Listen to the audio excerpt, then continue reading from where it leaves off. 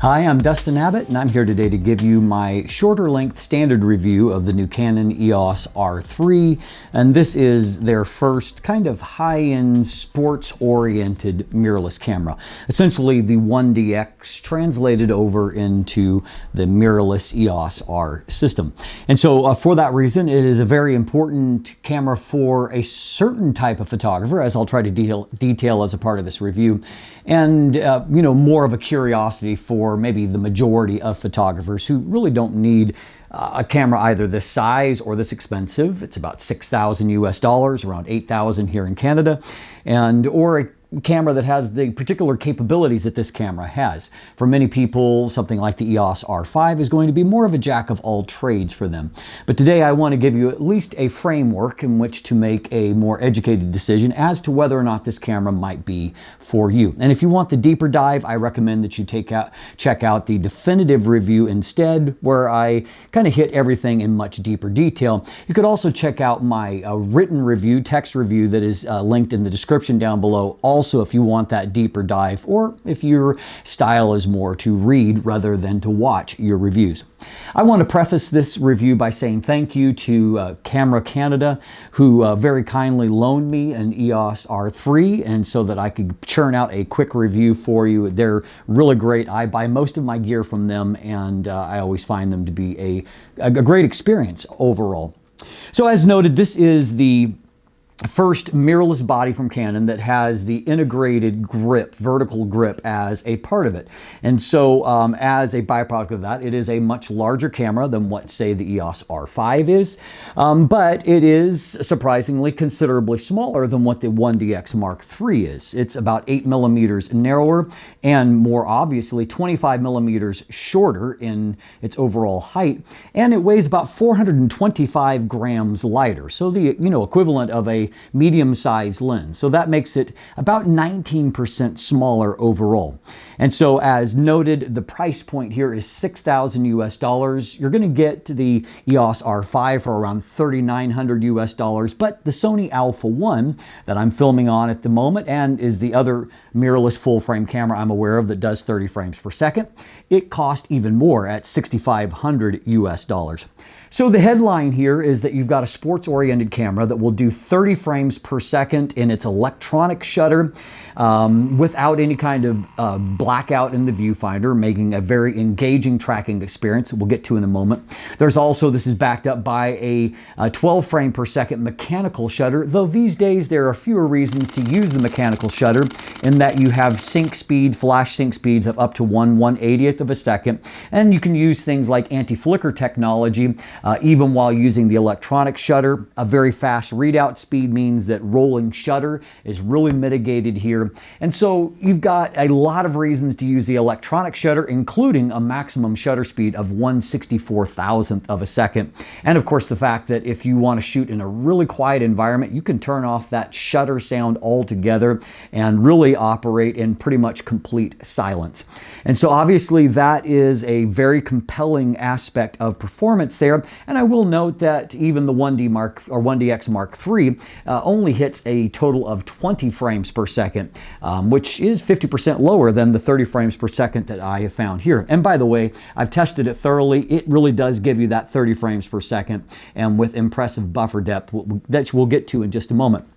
A few of the other headline features here is that another kind of technology that is new, at least for digital. There was a prototype of it way back in the film era, but it's eye control AF. And after some calibration, which kind of reminds me of a visit to an optometrist office and looking at dots, in different places, it will actually detect where you're looking and will move focus to that place. And at least for me, it worked really, really effectively. I understand that there might be some variation depending upon your glasses or contact style, and so there could be something that interferes there, but for me personally, it worked pretty much flawlessly, though it has the same kind of limitation that I found with Canon cameras, even if I were overwriting with a thumb, and that is that sometimes if it's locked onto a subject in the background, it's kind of reluctant to pull to the foreground. So I have to kind of, maneuver around by focusing down at the ground or something, big and obvious close to the approximate level of where I want it to focus. And typically there I can get things to work. But the tech certainly works, and I found it to be a more intuitive thing than, overriding in that way. Though I will also note that inherited from the 1DX Mark III, you've got these redundant AF on buttons that also focus as smart controllers. And so rather than depressing them, you can actually move your thumb over them and it'll actually move a point around there. And so it's another, let's just say you've got a lot of ways of controlling autofocus in this particular camera.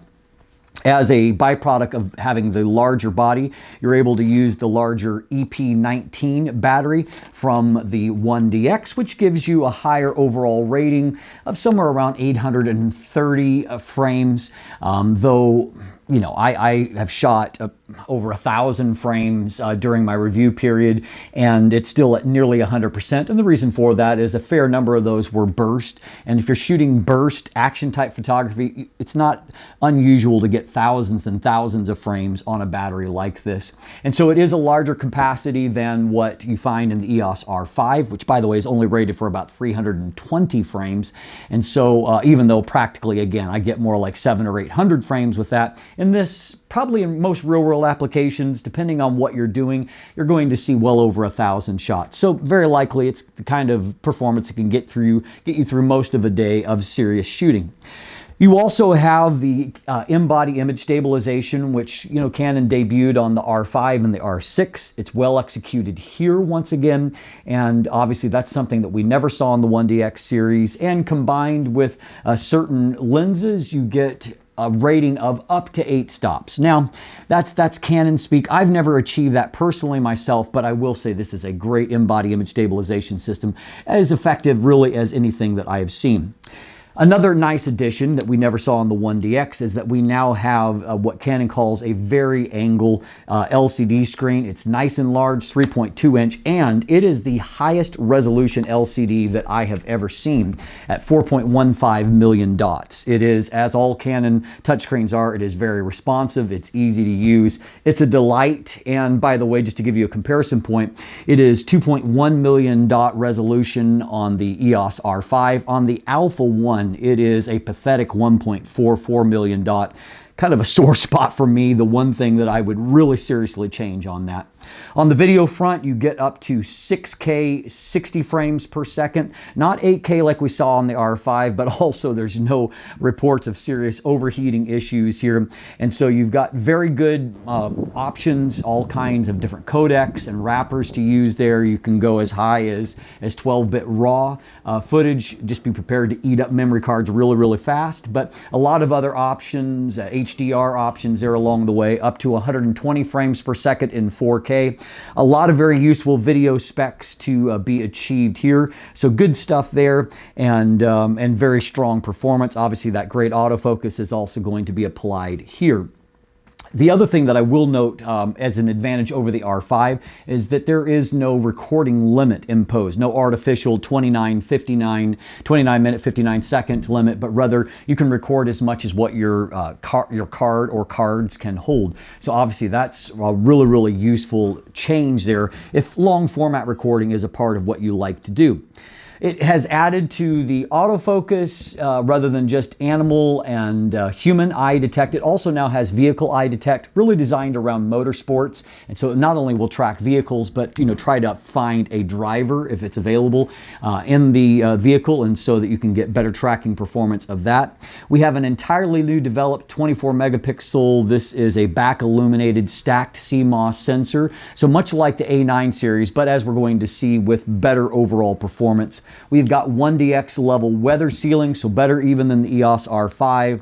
We've got a host of customizable buttons and of course redundant buttons, so you can use it in portrait orientation.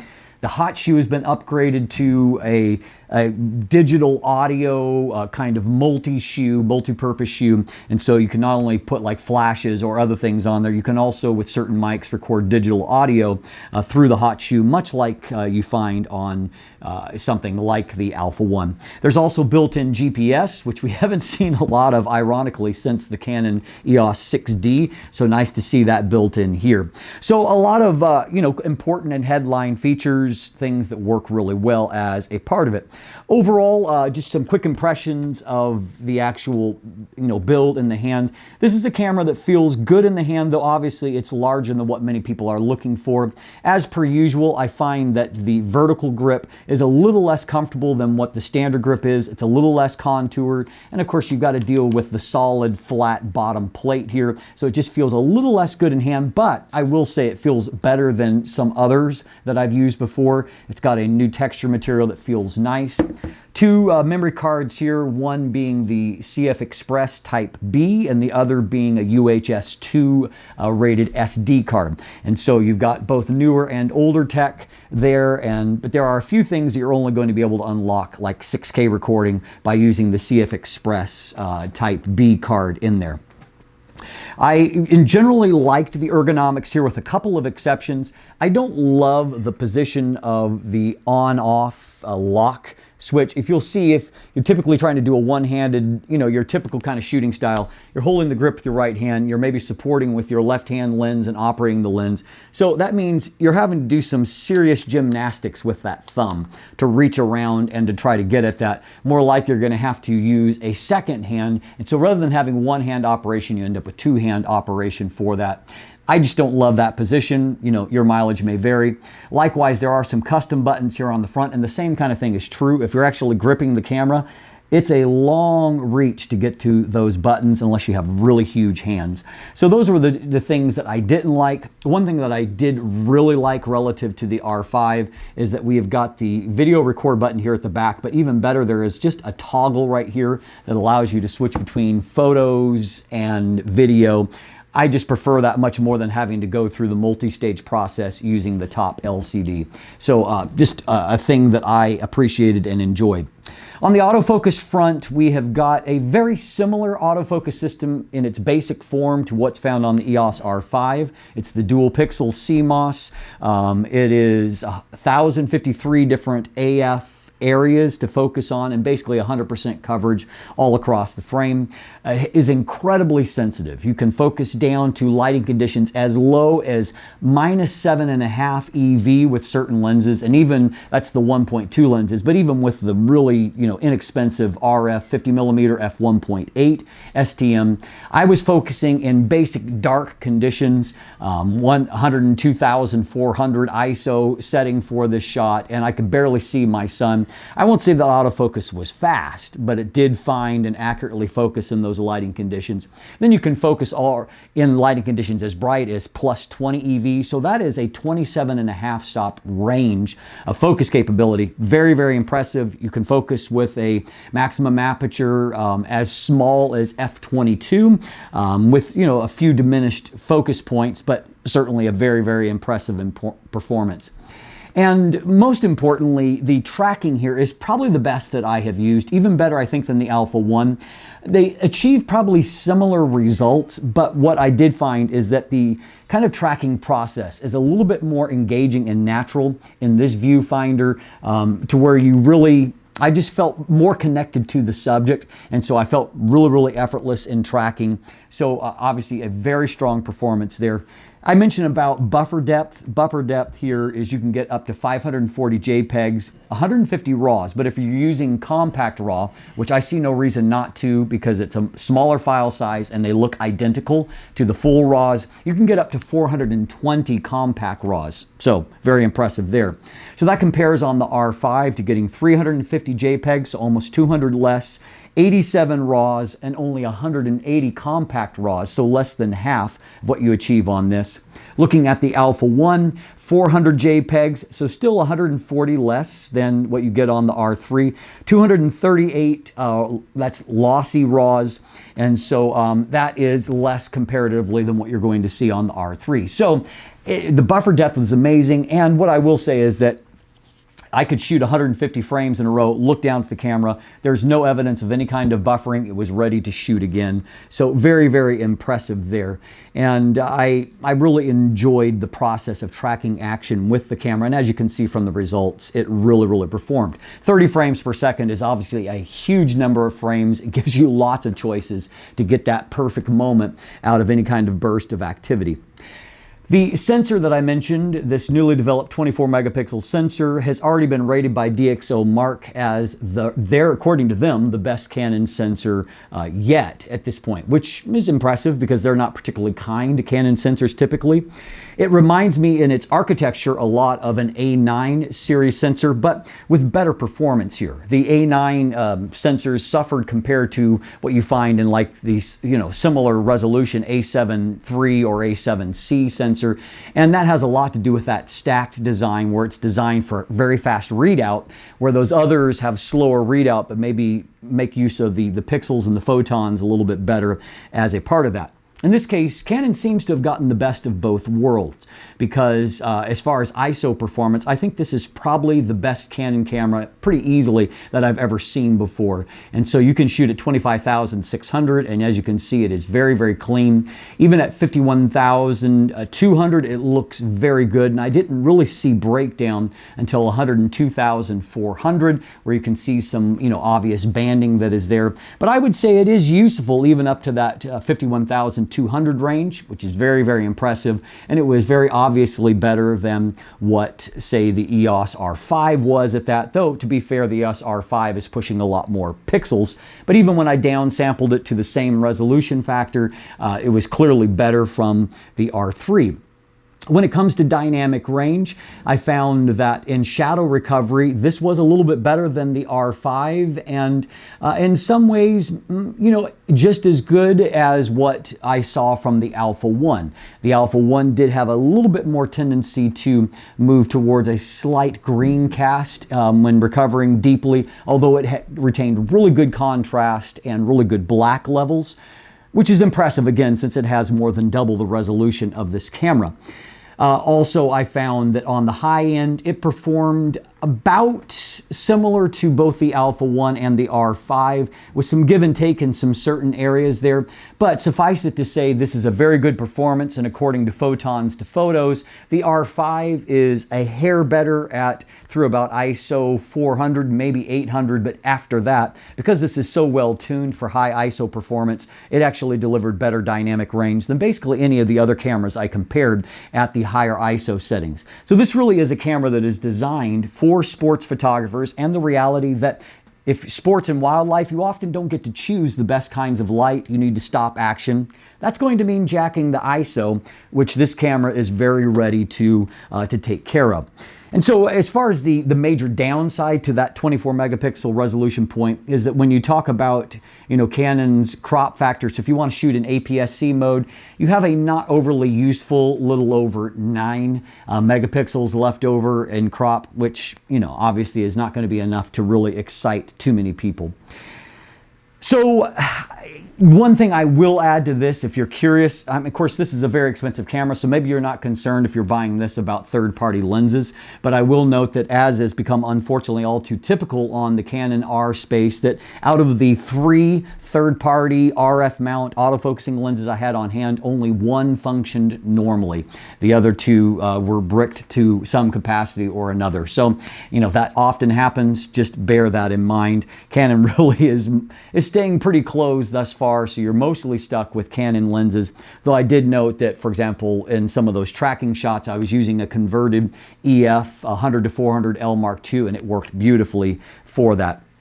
So this is designed for a niche market at the end of the day. It's not a camera for everyone. It's very possibly not a camera for you.